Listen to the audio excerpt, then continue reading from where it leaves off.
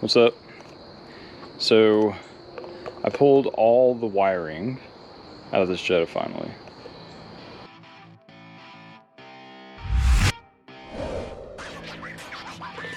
Alright, so I finished pressure washing this thing.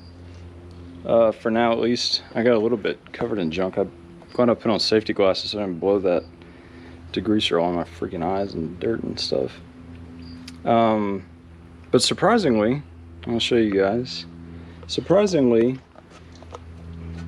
there isn't much rust on this. Like, thankfully it's, you know, it's been a Southern vehicle, but it's, I mean, it was still played with, so there's some surface rust here and there, especially here in these corners where you can tell that, you know, water and mud and crap gets piled up in these corners.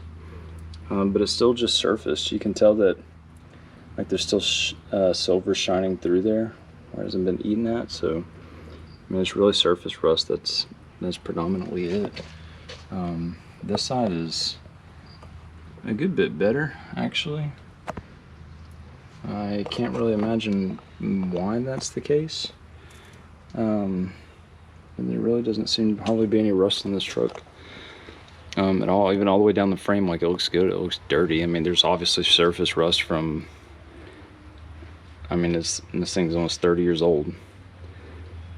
And it's, you know, they obviously played in it, so.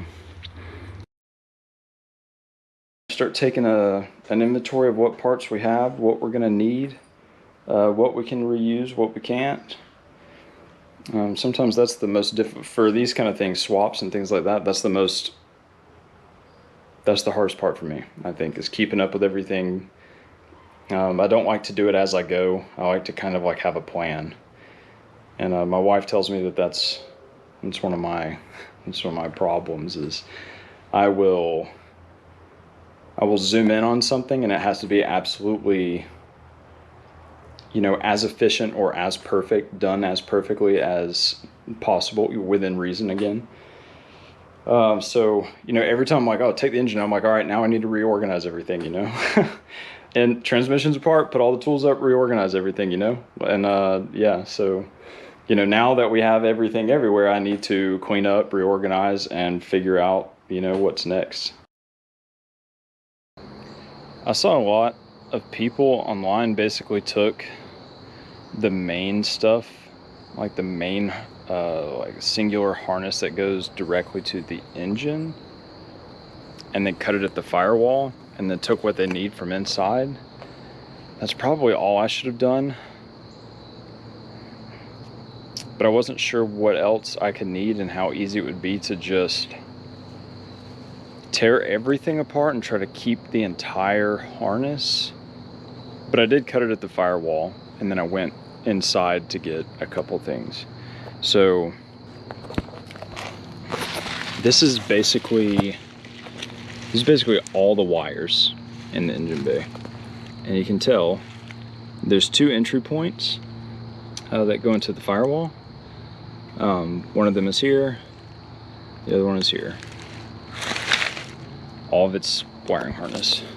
So those two parts went in here, so right beneath there.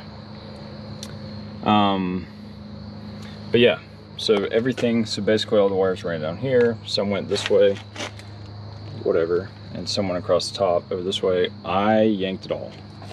I don't know how much I'm gonna need, but I have it all. Once I do this for the first time, I can make another video saying exactly which wires from the harness should be used.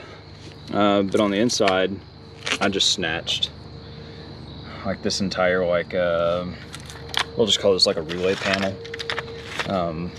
All of these relays and stuff that were in this panel, I went ahead and pulled all of it out. I went ahead and took the accelerator pedal. I didn't worry about the brake pedal for now. And then obviously the fuse box. What a bitch it was cutting this out with these stupid, whatever, it's dumb. And I got the OBD2, so I can read it from my phone or whatever else. But yeah, so yeah, once I get it figured out, what I'm going to do is basically, I guess kind of like pre-measure to get a rough idea of how long each of these sequences of wires need to be.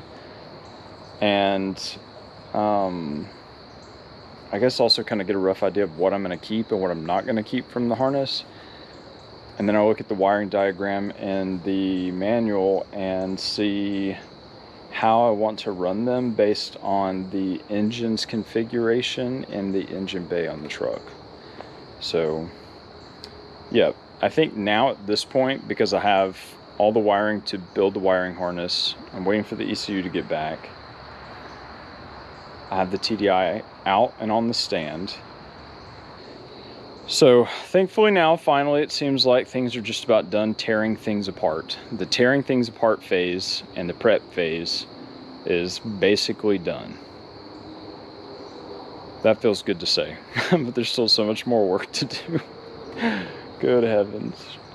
All right, well, now that we're done with this phase, I'll go ahead and start coming up with an idea of how we can kind of divide up this series. So yeah, look forward to seeing you guys soon.